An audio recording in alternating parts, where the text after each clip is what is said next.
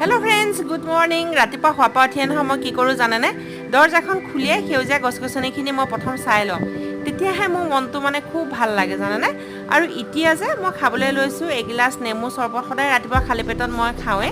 আৰু ইয়াত কুহুমীয়া গৰম পানী লৈছোঁ নেমু অকণমান দিছোঁ আৰু হানি এড কৰিছোঁ আপোনালোকে হানিটো স্কিপ কৰিব পাৰে মই কেতিয়াবা মাজে মাজে দিওঁ আৰু এতিয়া খাই কৰি লৈ মই পিঠাবিধ বনোৱাত লাগিছোঁ লাডু বনাম পিঠাগুড়ি চেনি ইয়াতে মিক্স কৰি দি পেলাই লাডু এবিধ বনাম আৰু কোনে হেল্প কৰি দিছে জানেনে